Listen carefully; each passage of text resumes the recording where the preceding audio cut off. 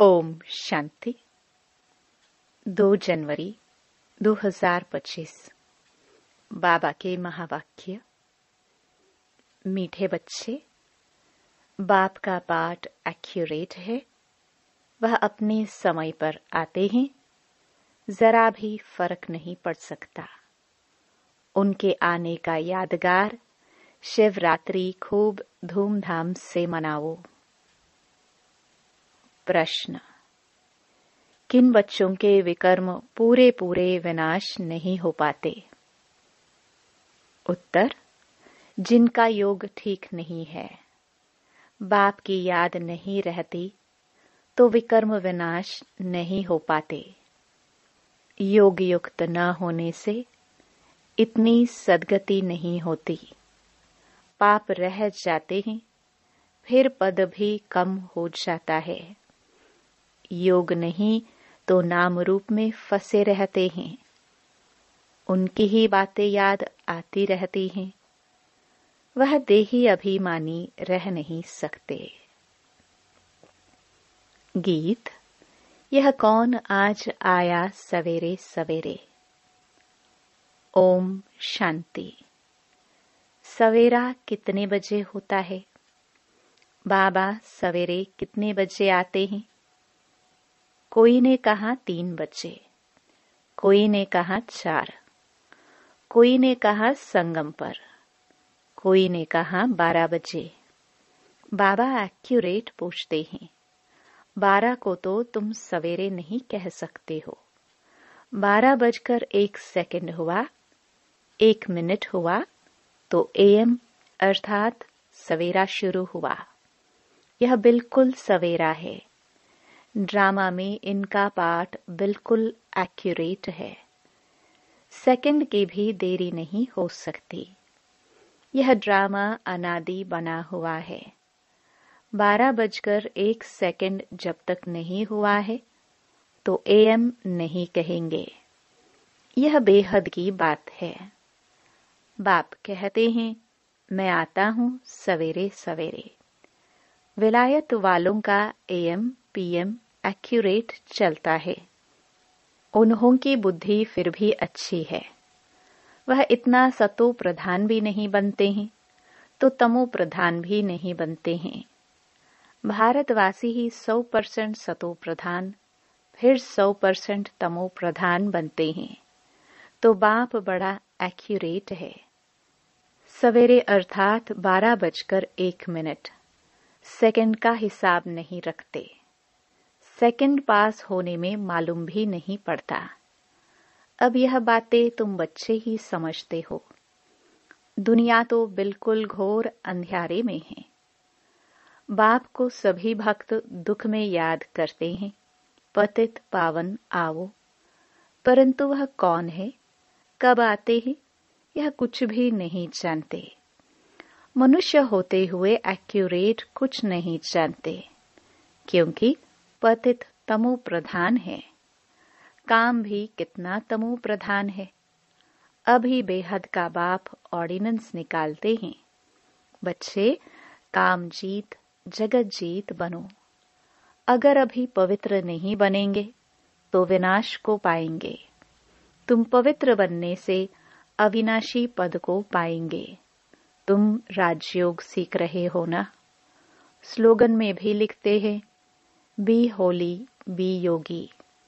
वास्तव में लिखना चाहिए, बी राजयोगी। योगी तो कॉमन अक्षर है। ब्रह्म से योग लगाते हैं, वह भी योगी ठहरे। बच्चा बाप से, स्त्री पुरुष से योग लगाती है, परंतु यह तुम्हारा है राजयोग। बाप राजयोग सिखलाते हैं, इसलिए राजयोग लिखना ठीक है। Be holy and Rajyogi. दिन प्रतिदिन करेक्शन तो होती रहती है। बाप भी कहते हैं, आज तुमको गुह्यते गुह्य बातें सुनाता हूं। अब शिव जयंती भी आने वाली है। शिव जयंती तो तुमको अच्छी रीति मनानी है। शिव जयंती पर तो बहुत अच्छी रीति सर्विस करनी है। जिनके पास प्रदर्शनी है, सभी अपने अपने सेंटर पर अथवा घर में शिव जयंती अच्छी रीति मनाओ और लिख दो, शिव बाबा गीता ज्ञान दाता बाप से बेहद का वर्षा लेने का रास्ता आकर सीखो। भल बत्तियां आदि भी जला दो। घर घर में शिव जयंती मनानी चाहिए। तुम ज्ञान गंगाए हो ना, तो हर एक के पास गीता पाठशाला होनी चाहिए। घर घर में गीता तो पढ़ते हैं ना। पुरुषों से भी माताएं भक्ति में तीखी होती हैं। ऐसे कुटुंब परिवार भी होते हैं जहां गीता पढ़ते हैं। तो घर में भी चित्र रख देने चाहिए। लिख दे कि बेहद के बाप से आकर फिर से वर्षा लो। ये शिव जयंती का त्योहार वास्तव में तुम्हारी सच्ची दीपावली है। जब शिव बाप आते हैं तो घर घर में रोशनी हो जाती है। इस त्योहार को खूब बत्तियां आदि जलाकर रोशनी कर मनाओ। तुम सच्ची दीपावली मनाते हो। फाइनल तो होना है सतयुग में। वहां घर घर में रोशनी ही रोशनी होगी, अर्थात हर आत्मा की ज्योत जगी रहती है। यहाँ तो अंधियारा है। आत्माएं आसुरी बुद्धि बन पड़ी हैं। वहां आत्माएं पवित्र होने से दैवी बुद्धि रहती हैं। आत्मा ही पतित, आत्मा ही पावन बनती है। अभी तुम वर्थ नॉट अ पेनी से पाउंड बन रहे हो। आत्मा पवित्र होने से शरीर भी पवित्र मिलेगा। यहाँ आत्मा पवित्र है तो शरीर और दुनिया भी इम्प्योर है।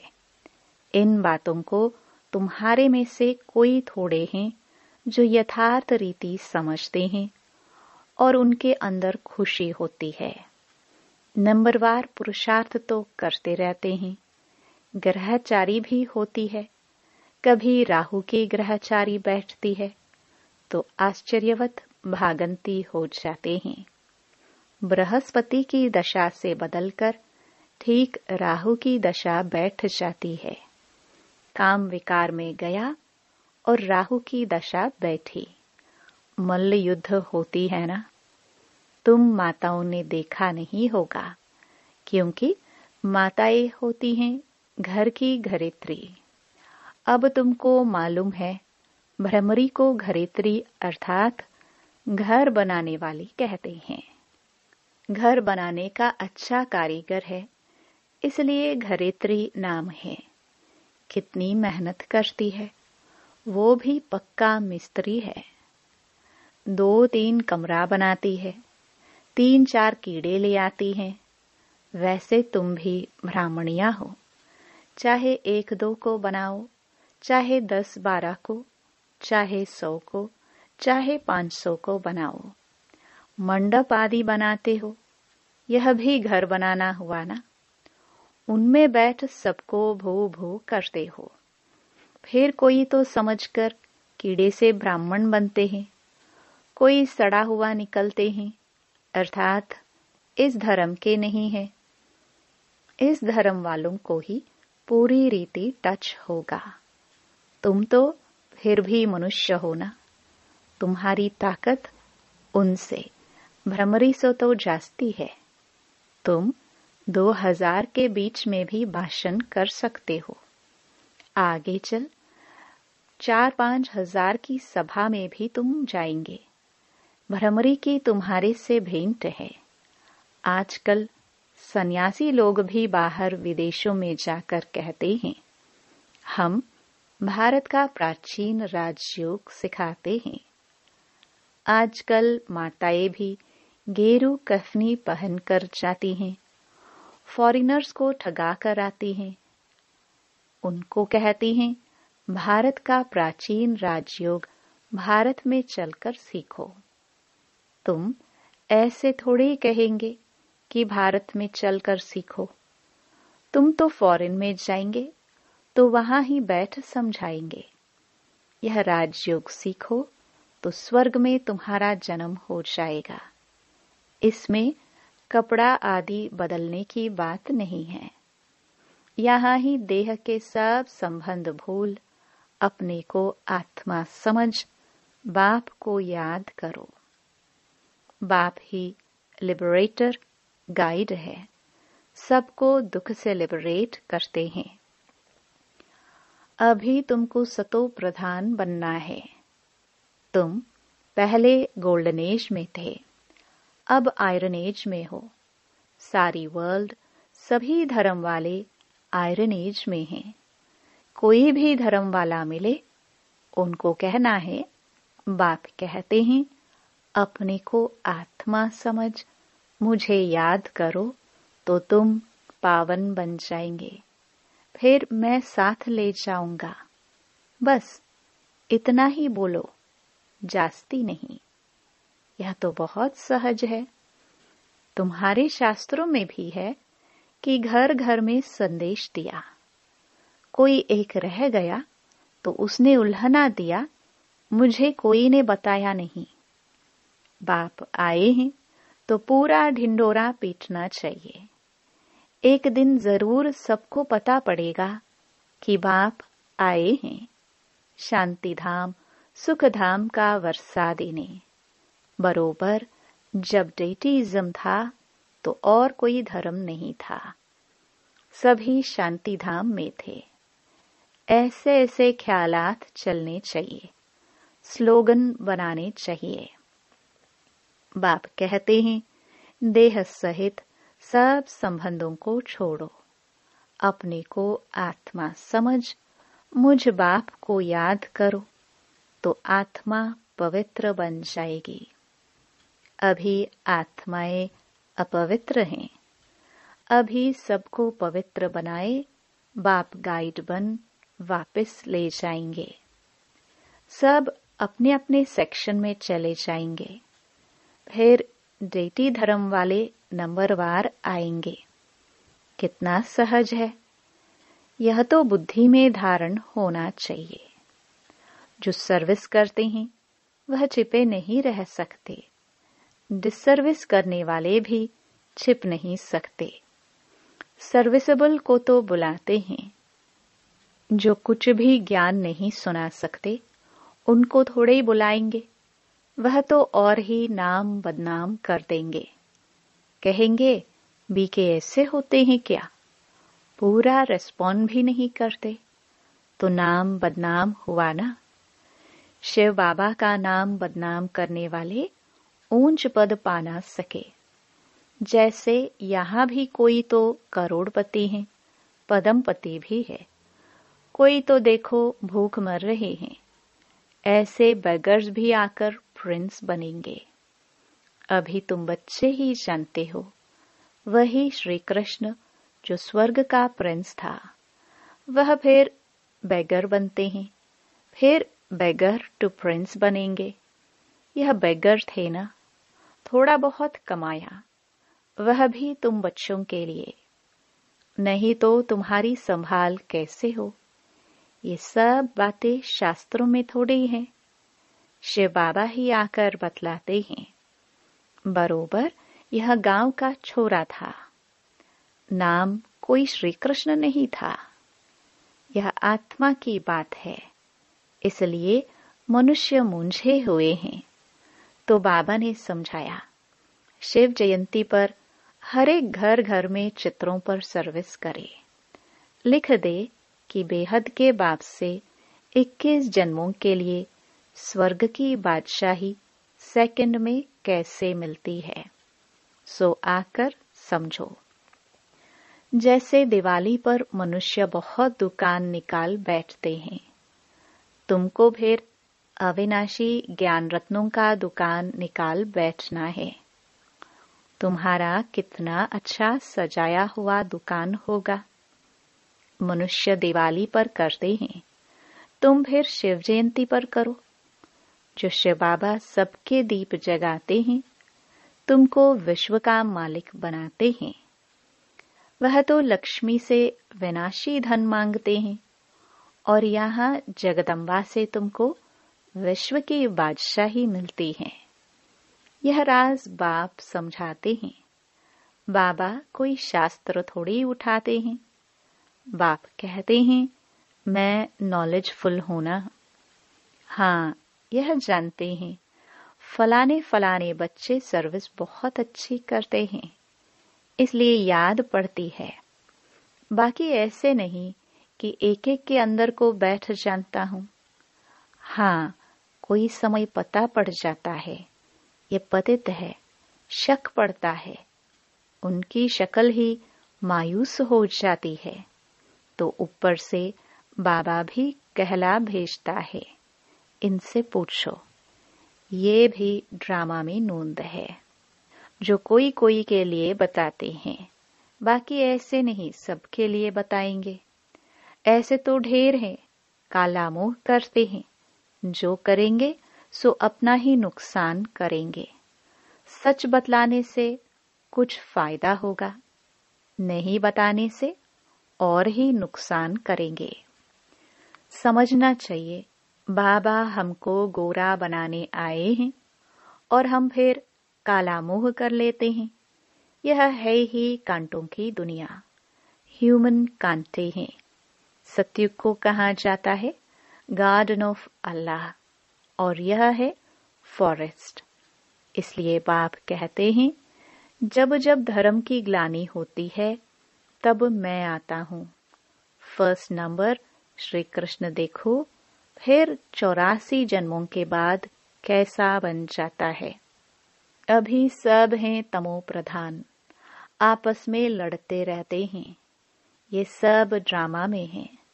फिर स्वर्ग में यह कुछ नहीं होगा। पॉइंट्स तो ढेर की ढेर हैं, नोट करनी चाहिए। जैसे बैरिस्टर लोग भी पॉइंट्स का बुक रखते हैं ना, डॉक्टर लोग भी किताब रखते हैं, उसमें देखकर दवाई देते हैं। तो बच्चों को कितनी अच्छी रीति पढ़ना चाहिए, सर्विस करनी चाहिए। बाबा ने नंबर 1 मंत्र दिया है, मन मना भाव। बाप और वर्षे को याद करो तो स्वर्ग के मालिक बन जाएंगे। शिव जयंती मनाते हैं, परंतु शिव बाबा ने क्या किया? जरूर स्वर्ग का वर्षा दिया होगा। उसको 5000 वर्ष हुए, स्वर्ग से नरक, नरक से स्वर्ग बनेगा। बाप समझाते हैं बच्चे योग युक्त बनो तो तुम्हें हर बात अच्छी तरह समझ में आएगी, परंतु योग ठीक नहीं है, बाप की याद नहीं रहती तो कुछ समझ नहीं सकते।